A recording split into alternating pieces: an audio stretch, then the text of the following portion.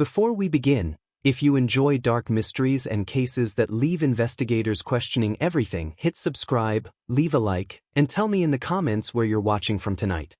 Because this story starts like thousands of others across college towns every weekend. Music, laughter, a crowded party that seemed harmless. But by sunrise, one person would be gone.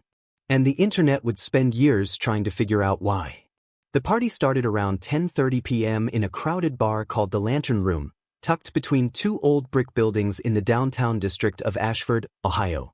It was a popular spot for college students from Ashford State University. Cheap drinks, loud music, a rooftop patio that overlooked the city lights. On that Friday night in October, the place was packed. Among the crowd was Evan Carter, a 23-year-old graduate student studying biomedical engineering. Evan was the kind of person friends described as calm, focused, and unusually responsible for someone his age. He rarely partied. But that night was different.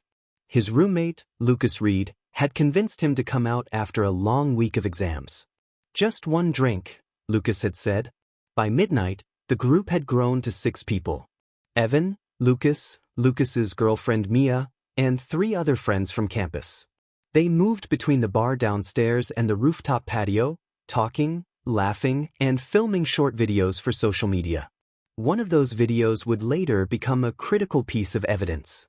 At 12:42 a.m., Mia posted a short clip to her Instagram story. It showed Evan leaning against the rooftop railing, smiling at the camera while Lucas joked beside him. The skyline glowed behind them, music echoing from inside the bar. Nothing about the moment seemed unusual, but investigators would later replay that video hundreds of times.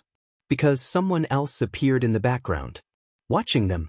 At 1:05 a.m., the group decided to leave the rooftop and head downstairs for one last round of drinks before closing time. The Lantern Room's layout was confusing. 2 staircases, a narrow hallway leading to restrooms, and an exit that opened into a dim alley behind the building. Security cameras covered most areas inside the bar. As the group moved through the hallway, Evan slowed down near the restroom entrance. "Go ahead," he told Lucas. "I'll catch up in a minute." Lucas nodded and continued toward the bar with the others. That was the last moment anyone in the group remembered seeing Evan clearly. 5 minutes passed. Then 10. Lucas checked his phone. No message. At first, no one worried. People wandered around crowded bars all the time. But at 1:32 a.m., Lucas sent Evan a text. "Where'd you go?" No reply.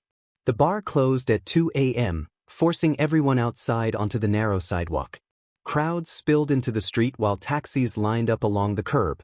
Lucas tried calling Evan. Straight to voicemail. Maybe he went home, Mia suggested. But Evan's apartment keys were still sitting inside Lucas's jacket pocket. They had planned to leave together. By 2:40 a.m., concern had replaced confusion. Lucas returned to the Lantern Room and spoke to the manager. "Can you check if my friend's still inside?" The staff searched quickly. Restrooms, storage rooms, kitchen. Nothing. Evan Carter was gone. Police were notified the following afternoon when Evan failed to show up for work at the university lab. Detective Aaron Blake was assigned to the case. He began with the most obvious step.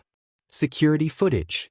The cameras inside the Lantern Room captured Evan walking down the hallway toward the restroom at 1:07 a.m. Then, nothing. He never appeared on the cameras again. Not leaving through the front door. Not walking through the main bar. Not returning upstairs. It was as if he had simply disappeared inside the building. Detective Blake studied the footage again. And again. And again. Then something caught his attention. At 1:09 a.m., 2 minutes after Evan entered the hallway, another man appeared briefly on camera. Dark jacket. Baseball cap pulled low over his face. The man paused near the hallway entrance, as if waiting. Then he followed the same path Evan had taken. Toward the restrooms. But what made the moment unsettling wasn't just that he followed Evan. It was what happened next. Because 5 minutes later, the same man appeared on a different camera near the back exit of the bar. Walking alone. And when detectives slowed the footage frame by frame, they noticed something strange. The man was carrying something heavy over his shoulder. wrapped in what looked like a dark coat. But when investigators searched the alley behind the bar later that night, they didn't find Evan Carter. They found something far more disturbing. A phone. Evan's phone. Its screen cracked. And its last message still open. A text sent to Lucas at 1:11 a.m. Just 4 words. "I think I messed up." The message on Evan Carter's phone spread across the internet faster than the police could contain it. "I think I messed up." 4 words. Sent at 1:11 a.m., only minutes after he disappeared inside the lantern room. Detective Aaron Blake stood in the dim glow of the evidence lab, staring at the cracked screen while technicians documented the device. "What did he mess up?" one officer asked quietly. Blake didn't answer, because that was exactly what investigators needed to find out. The phone had been discovered in the alley behind the bar, partially hidden behind a stack of trash bins. There were no fingerprints on it except Evan's, but the cracked glass suggested it had been dropped or thrown. More importantly, the phone's GPS data showed something strange. Evan's location signal had stopped moving at 1:12 a.m. inside the building, which meant the phone hadn't been carried far before it ended up outside. Someone had taken it, or tried to get rid of it. Meanwhile, the internet had already begun building its own theories. Within 24 hours, Evan's disappearance was trending across social media. Amateur investigators dissected every second of Mia's rooftop video, zooming in on the mysterious figure standing behind the group. The man in the dark jacket. The one who later appeared on security footage walking toward the restroom hallway. Thousands of comments poured in. Some believed Evan had been kidnapped. Others thought he had staged his disappearance. But the most popular theory pointed toward someone much closer. Lucas Reed, Evan's roommate. At first, Lucas cooperated fully with investigators. He answered every question calmly, describing the timeline of the night exactly as he had before. "We were just hanging out," Lucas explained. "Drinks, music, nothing weird happened." Detective Blake watched him carefully during the interview. Lucas didn't appear nervous. But sometimes that was the problem. Too calm. "What about the message Evan sent you?" Blake asked. Lucas leaned forward in his chair. "I never got it," he said. That text was still on his phone. Lucas frowned. "I didn't see it that night." Blake slid a printed screenshot across the table. Lucas stared at the words silently. "I think I messed up." "What do you think he meant?" Blake asked. Lucas shrugged. "No idea." The interview ended with no clear answers. But the investigation took an unexpected turn the next morning when digital analysts completed their review of Evan's phone data. Because the final message wasn't the only thing Evan had sent. There had been another text. Deleted. Recovered from temporary storage. Sent at 1:10 a.m. 1 minute before the message to Lucas. This one had been addressed to someone else. Detective Blake read the recovered message twice. Then a third time. Because it changed everything investigators thought they knew about the case. The message read, "Did you tell him?" Blake leaned back slowly. "Tell who?" one of the analysts asked. Blake already had a suspicion. They ran the phone number immediately. It belonged to Mia, Lucas's girlfriend. When detectives brought Mia in for questioning that afternoon, she looked shaken before the interview even began. "Did Evan text you the night he disappeared?" Blake asked gently. Mia hesitated, then nodded. "Yes." "Why didn't you mention that earlier?" Her eyes filled with tears. "Because I didn't know it mattered." Blake placed the recovered message in front of her. "Did you tell him?" "What did Evan mean by that?" he asked. Mia wiped her face nervously. "It's not what it looks like." Blake said nothing. Silence filled the room. Finally, Mia spoke again. "A week before the party, Evan told me something." "What?" Blake asked. She swallowed. "He said Lucas had been lying." Blake leaned forward slightly. "About what?" Mia's voice dropped to a whisper. "About money." According to Mia, Lucas had secretly borrowed thousands of dollars from Evan months earlier. Student loan payments. Credit card debt. And Evan had recently started asking for the money back. The argument had grown intense. "He told me he was going to confront Lucas after the party," Mia said. Blake felt the timeline tightening around a dangerous possibility. You mean that night? He asked. Mia nodded slowly. Yes. But the most disturbing detail came next. Evan said he had proof, she added. What kind of proof? Mia looked down at the table. A recording. Detective Blake's eyes narrowed. A recording of what? Mia hesitated again. Then she said something that sent a chill through the entire room. A conversation Lucas didn't know he was having. Blake stood up immediately. Because if Evan had confronted Lucas inside that bar hallway, and Lucas discovered he had been secretly recorded, then Evan's final message suddenly made terrifying sense. I think I messed up. But what investigators discovered when they searched Lucas and Mia's apartment that night was even worse. Because hidden inside Evan's laptop bag, they found the recording device. Still powered on. Still storing audio. And when detectives finally listened to the file recorded at 1:08 a.m. inside the bar hallway, they heard 3 voices. Evan, Lucas, and someone else. A third person whose name had never appeared anywhere in the investigation. Until that moment. The recording lasted just under 4 minutes. 4 minutes that would unravel everything investigators thought they understood about Evan Carter's disappearance. Detective Aaron Blake sat inside the evidence room as the audio technician pressed play. At first, there was only background noise. Music from the bar. Muffled voices. The sound of a door closing somewhere nearby. Then Evan's voice appeared clearly. But controlled. You need to tell him. Lucas responded immediately. I told you to drop this. Blake leaned closer to the speaker. The tension in their voices was unmistakable. You borrowed money, Evan continued. A lot of it. And now you're lying to everyone about it. Lucas exhaled sharply. I said I'll pay you back. That's not the problem, Evan replied. A long pause followed. Then came the sentence that froze everyone in the room. You didn't just borrow money, Lucas. You used my identity.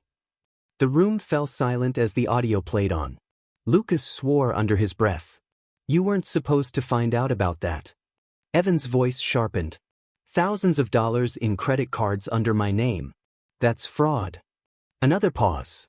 Footsteps echoed faintly in the hallway recording. Then Evan said something investigators had not expected.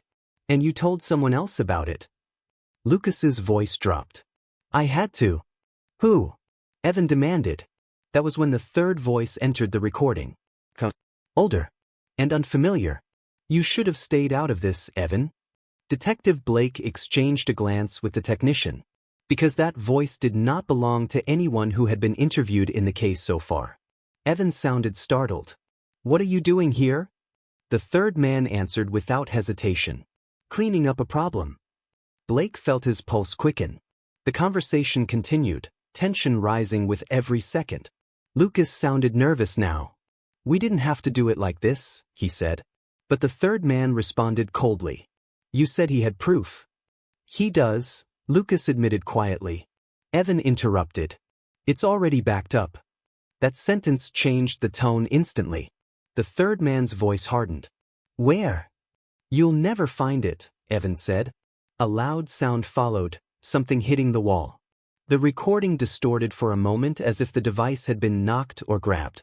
Then Evan's voice returned, strained. You're making this worse. The third man replied with chilling certainty. No, you did that when you pressed record. Another loud thud echoed through the hallway.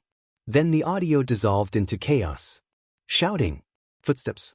Something heavy being dragged across the floor. And then silence.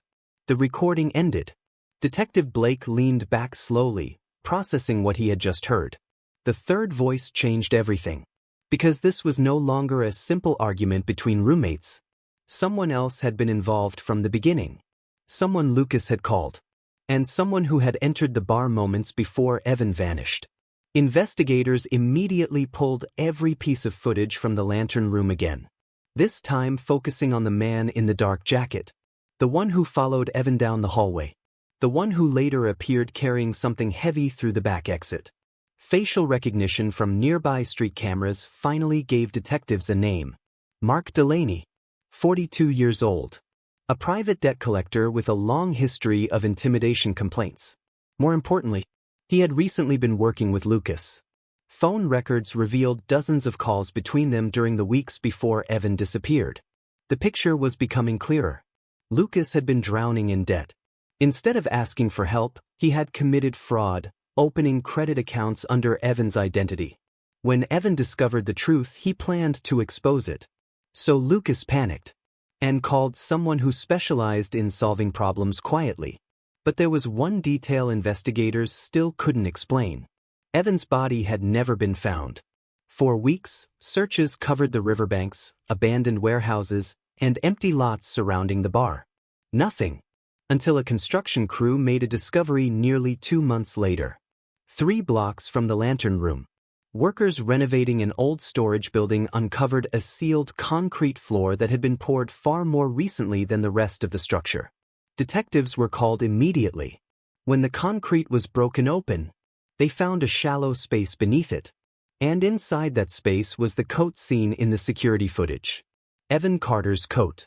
But the space was empty. No body. No remains. Just the coat. And something inside its pocket. A small flash drive. Investigators rushed the device back to the lab. When it was opened, they discovered what Evan had meant in the recording. I already backed it up. The drive contained dozens of files. Financial records. Fraudulent accounts. Audio conversations between Lucas and Mark Delaney planning how to intimidate Evan into silence. The evidence was overwhelming. Both men were arrested within days. Lucas Reed was charged with identity fraud and conspiracy. Mark Delaney faced charges related to kidnapping and obstruction of justice. But one question remained unanswered. Where was Evan Carter?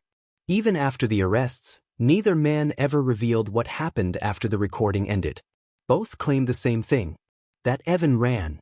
That he escaped the hallway before anything worse could happen. But investigators never believed them. Because one final piece of footage surfaced months later. A security camera from a nearby parking garage. At 1:18 a.m., only minutes after the recording ended, the camera showed Mark Delaney's car leaving the garage. Lucas was in the passenger seat. And in the back, there was someone else. A shape barely visible in the darkness. Not moving. The case remains officially open. Evan Carter was never found. And the last message he ever sent still echoes through every discussion of the case. I think I messed up. But the truth may be even darker than investigators first believed. Because according to police records, the storage building where Evan's coat was found had been owned for years by a company connected to Mark Delaney. A company that had demolished 3 other properties in the months following Evan's disappearance. Which means the place where the truth was buried may no longer exist. And somewhere beneath a different building, the answer to what happened that night could still be hidden, waiting.